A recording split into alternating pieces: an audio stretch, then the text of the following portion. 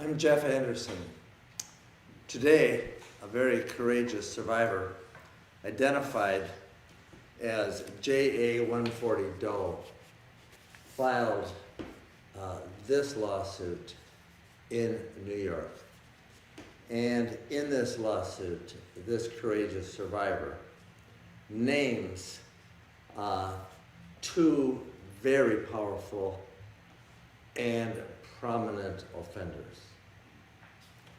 The first is Theodore McCarrick, a serial offender well known to us, and who has now been exposed multiple times by reason of the courage of survivors having come forward, and with whom we've had the privilege to work in bringing several suits against him and the Catholic officials that gave him cover for decades.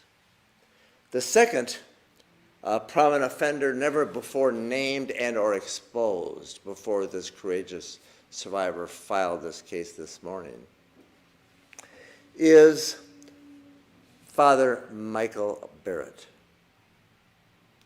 Father Michael Barrett is, as of last night at least, the pastor and a priest at a parish in Manhattan, in New York, on 43rd Street, St. Agnes. Michael Barrett is named here, and Doe has come forward because he just recently learned that Barrett was a priest and in a parish. And he was triggered to action. And to this suit filed under the Child Victims Act this morning to expose Barrett and to do what he feels he needs to do. Barrett is a name that has never been known to us before, but Doe reports that he has deep concerns about Barrett having access to other kids. As he was a kid, Barrett was a lay person heavily involved with Opus Dei, and his family and invited and recruited him to an Opus Dei house. And from that recruitment and that grooming there, that led to criminal sexual assault. And Barrett ultimately became a priest and a continued member of Opus Dei, and continues to be a priest to this day at this point in time. And as of last night, as we said, in a parish at St. Agnes in the Archdiocese of New York.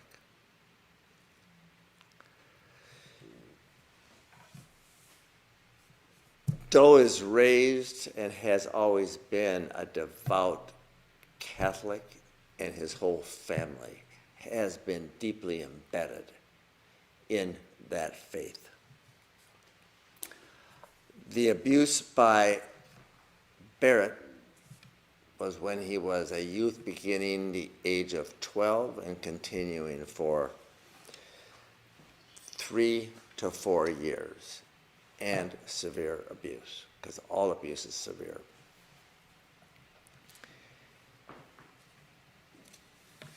There were other kids present at the meetings and the recruitments, and today, Doe is really concerned not just about those kids that were with him as a part of the Opus Dei program that Barrett ran as a lay person, but rather his concern also is for all the years that have passed since. And Barrett becoming a priest in '83, and then in 2016,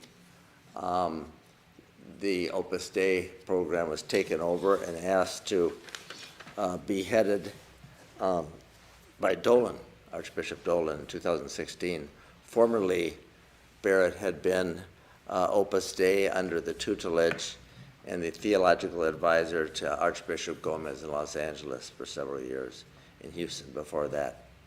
So he's been in positions of power and access to kids for a long time.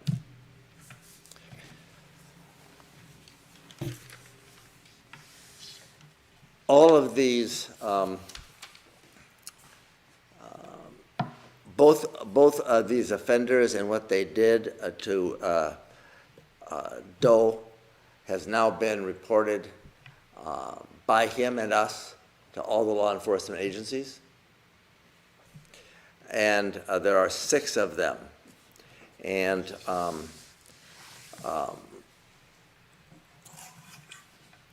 now under investigation. Doe recently came forward. These reports and letters to all of them were made yesterday.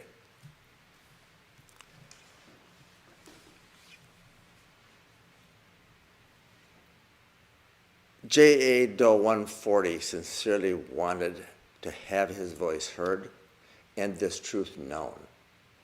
And the reasons for it need to be shared too. This morning, we recorded him and a video in which we asked him some of the reasons why he came forward and filed this suit under the Child Victims Act. And let's hear from him about, first, why he is here today and why now. My youth, my childhood was robbed from me. My happiness as a child was taken from me by being abused by 2 people involved in the Catholic Church. And that is Father Michael Barrett and Cardinal McCarrick, who wasn't a cardinal then. And he should have never become one. And I know they did this to other people, and I know that given the chance, there are still people that will do these things to children, and I don't want them to be in positions of authority. Father Michael Barrett and Theodore McCarrick took away a piece of my life and a piece of my child. And they took away my strength and my power, and I'm an adult, and I'm a grown man who is standing up for himself and for others who were abused. And I will continue this fight to whatever ends it comes to. I'm not going anywhere. I have chosen, as an adult, to bring a suit against those people within the Catholic Church that abused me as a child. I've chosen to do this for myself, and I've chosen to do this for the other people that this happened to that are still out there living with this sorrow that haven't been able to find the strength to come forward, which I completely understand. And I've chosen to bring this suit and to stand up for all the people, all the children that this might happen to this week or next month, to make sure that the truth is out there, and to make sure that if there's one person, one child that could be helped by this, that I'm strong enough as an adult to come forward and say, this is what these people did. And this is what they did to me as a child, and I don't want it to happen to anybody else.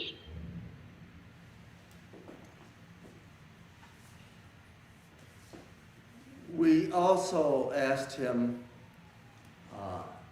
and recorded the question first asking him, these are very powerful figures that you're now naming under the Child Victims Act, and very prominent figures who were both prominent in your family life and the Catholic life. You're now in your 50s and deeply embedded and have been in the Catholic faith and its traditions. And so how is it you are reconciling the decision to sue the Archdiocese, name these offenders, and the faith that has been so prominent in your life? Well, when you grow up in the Catholic Church, in a devout Catholic family, these are the ultimate figures. We were told that there was some figure between us and God, and that figure was the Catholic Church. That figure was a priest or a bishop or whoever it is within the church. They were the conduit. They were literally described and told us they were the conduit to God for us. And when they speak for God. And as a child, what are you supposed to believe? You don't know they're grooming you for sexual encounters. You don't know what they're going to do to you. And they use their position of authority over you as a child to molest you. There's nowhere for you to go. You are a captive audience. You are a prisoner of that system, and those in the highest authority are the ones you're most afraid of. I am not against the Catholic Church. I am not against Christianity. I'm against abusing children. There's a big distinction. I don't want anyone to lose their faith in Christianity because there are bad things that happen. I want the church to take responsibility and to stand up and say, help us, come forward, help us figure this out, and let's have a clear path forward, which I believe all of us that were raised devoutly Catholic and went to Catholic schools would love to do. But I don't know that they're doing that at this time. I don't know that they're ever going to be willing to do that, but I hope and I pray and I beg them to reach out and to change the system where you're enabling pedophiles to rise in the ranks of the church and to be in charge of more people and to continue to abuse people. That's the only thing I want stopped. I don't want Christianity stopped. I don't want the Catholic Church stopped. I don't want to hurt anybody. I want them to stop the system that they continue, it seems to me, to enable these people to be around children unsupervised. Unacceptable. Cannot continue. That's what I want to change. I'm not against them and I'm not against the church. In fact, I stand with them if they will stand up and remove people from authority that shouldn't be around children. And when an accusation is made, that's not an easy thing for somebody to do. And nobody does that by choice. Nobody does that lightly. And it only comes through great pain and suffering that somebody has to come forward and say, this person did this and they can't be allowed to be around children. And I believe that if everybody that this happened to came forward now, that it would help the church to change this way of handling things. And that's my hope, and that's my wish, and that's my dream for the Catholic Church. That wish, that hope is to have it stop and to change. And Doe and all the survivors with whom we work demand today that Archbishop Dolan and all the Catholic bishops in New York, but Archbishop Dolan in particular, release the list now of all the names of all the clerics who you have made settlements with that are secret.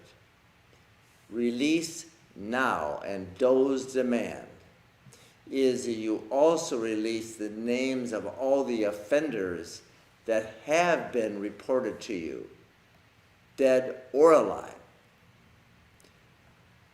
Release also the names of any employees under the control of the Archdiocese who have been, and you know to have been, offended children. And you need to do that now. And for survivors to know who those names are, and to be able to take action while time allows in New York, which is now days, you can do that. And this Doe implores you to and urges you to.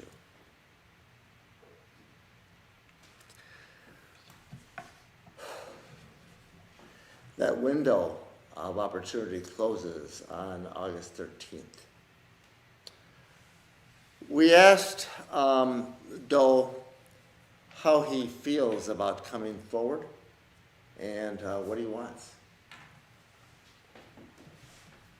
I think I was a prisoner of my shame, and I think that I had no choice at some point but to make sure this doesn't happen to other children.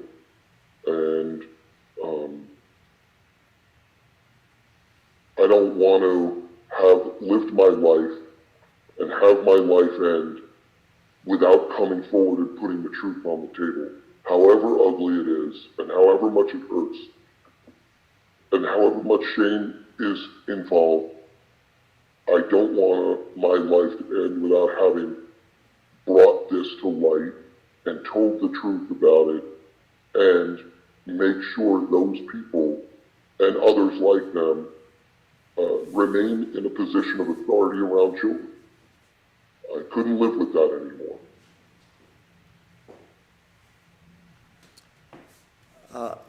Doe is now in his 50s, and came forward with what has been a sorrow and a secret that he had never really been able to share before, now having learned that Barrett was a priest in a parish, and that he could take some action as he's described under the Child Victims Act, and also protect his own privacy and his identity, which he has done here today. And we not only praise him, we are deeply grateful to him for his courage and every survivor that does come forward. It needs to be emphasized that New York allows survivors just days to do so and come forward confidentially and or privately and share their secret and take some action to not only get help for themselves, but to do something to protect others in the future and be a part of what Doe just wants, change and to stop, and the system to be better and safer. And to him and all the survivors that have come forward and now have a chance to in the days ahead, both in New York and across this country, but particularly in New York today, we express deep gratitude to them and praise the courage and bravery that Doe shared with us today, and that it takes for every survivor to share these painful secrets, often carried in silence and suffered in silence for decades. So thank you to the brave survivors and the legislature for opening it up. I'll take questions.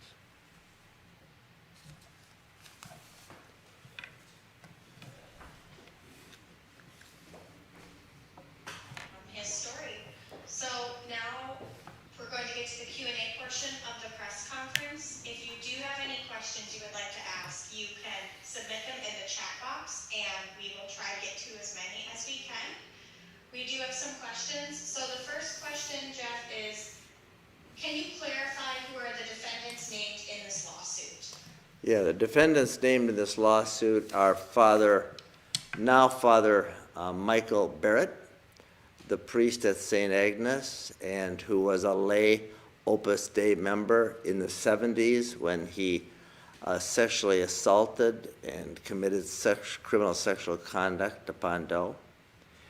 The other defendant and perpetrator, serial predator, named is Theodore McCarrick, former Cardinal Archbishop, and then a priest of New York and secretary to then Cardinal Cook, who in the 1970s, when he accessed this then child in his teens, was a powerful figure in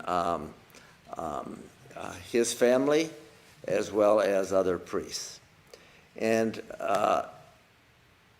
the Archdiocese of New York is also named as a defendant for their negligence in permitting McCarrick to have license and safe harbor to have abused so many kids for so long, beginning as a priest in New York in the late 60s and early 70s, and continuing his predation to New Jersey, Metuchen as bishop, Newark as archbishop, on to Washington, D.C. as Cardinal Archbishop, and the founder of the Papal Foundation, and his predation and power and the safe harbor given him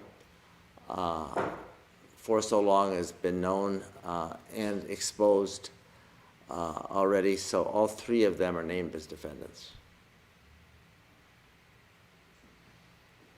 Thank you, Jeff. The next question is, why is a priest who is accused in a lawsuit of sexually abusing a child allowed to work in a parish? Are there any laws against this? Well, the question about why a priest could even, who has abused kids, be allowed to work in a parish is the source of the scandal that has racked, and we first discovered in the early 80s, the Roman Catholic Church hierarchy and the choices they've made. And why they've made those choices is for a conversation to be had and understood. And every time a survivor reveals both the offender and the institution and or the bishop that made the choice to protect that offender, they're bringing light and information and education and thus safety. And why they have made those choices is complicated, but what's more important is what are we going to do about it? And what can we do about it? And what have we been doing about it for 39 years? And it's working with courageous survivors like this John Doe and other Jane Does. Thanks, Jeff. And kind of a follow-up question to that.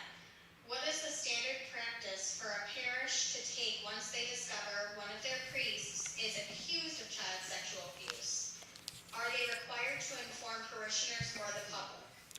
Well, the standard practice has been the playbook that was enumerated by many survivors before who had brought suit, but also found to be a playbook employed by Catholic bishops in a Pennsylvania grand jury and employed across the country. The playbook is, upon learning of sexual abuse by a priest in a parish, the playbook is keep it secret, remove the priest, place him someplace else, or if it's really bad, send him to treatment and then place him back in another position, in another parish or another place where there is a risk of reoffending. That is the playbook.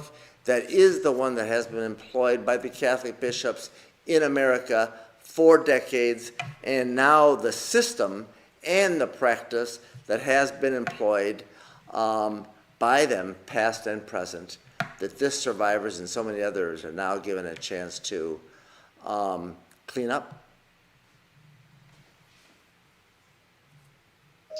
Thank you, Jeff.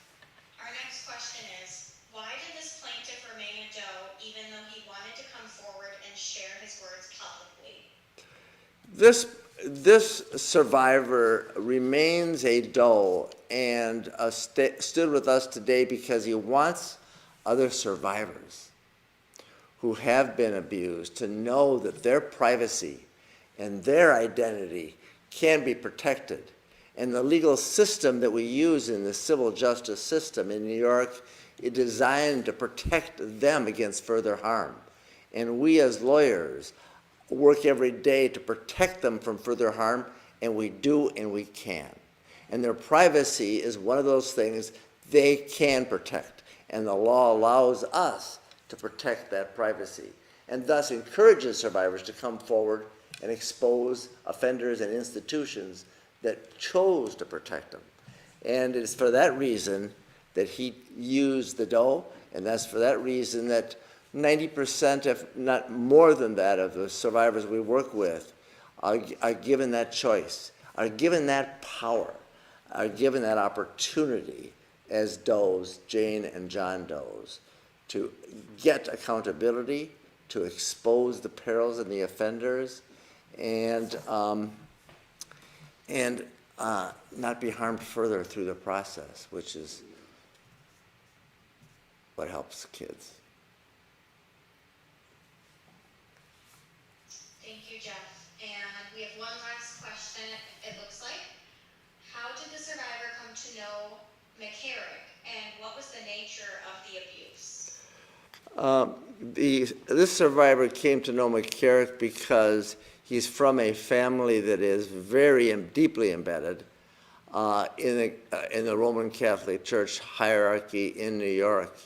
And McCarrick then, as secretary to then Cardinal Cook, and assigned to the Cathedral St. Patrick's in New York, was very prominent in his family life, and came into that home and groomed him the way he did so many other kids we've interviewed, and ultimately took him on a trip where, after having abused him in the home and severely abused him in the home, took him on a trip, as he did so many other kids, and to